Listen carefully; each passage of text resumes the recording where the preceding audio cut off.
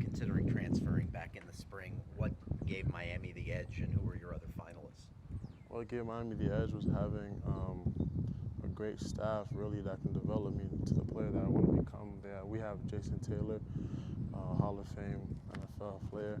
We got Coach Wright, who's a great coach as well, and Coach Joe also. So that's what really gave him the edge, and also the energy on the field during practice, and just it's really a family atmosphere. And also Coach Cristobal talking to my family.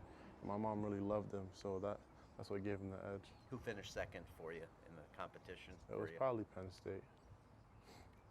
Tell me about the challenge as a defensive line, Frank Gore Jr.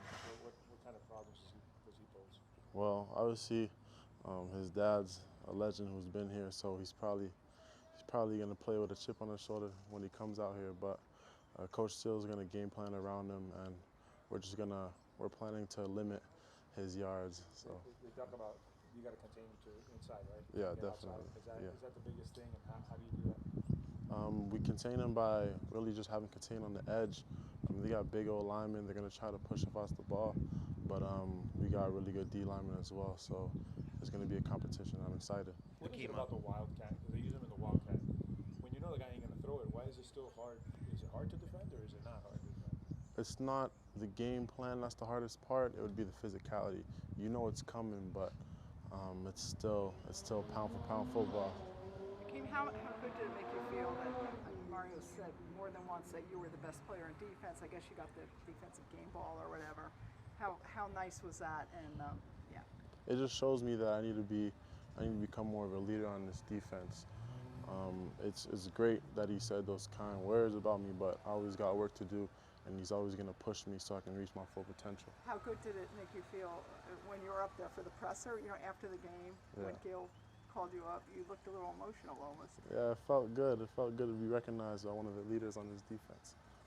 You always is soft-spoken. Is this your demeanor, or we get a different guy once you get on the field? Like Different guy when I'm on the field. Off the field, I'm a little soft-spoken, shy a little bit, but on the field, you got to flip a switch and become a different guy. Was there any Hurricanes defensive linemen you liked watching in the NFL growing up? Any you've developed a relationship with at all? Actually, when I was younger, I didn't watch much football. I just played it because I loved the game. I actually started studying football once I got to college, really. Yeah.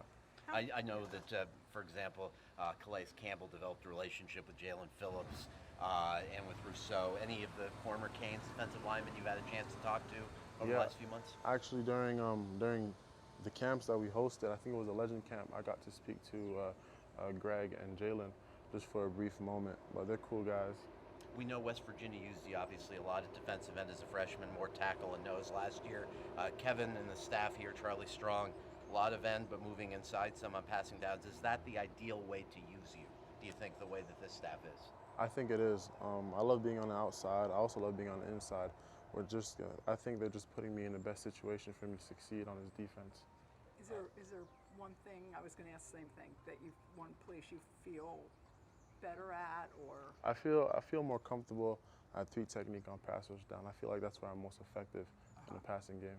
Mario said yesterday, is the best thing, after Saturday's game is that you still think you can play better and do better. What do you think you can do better?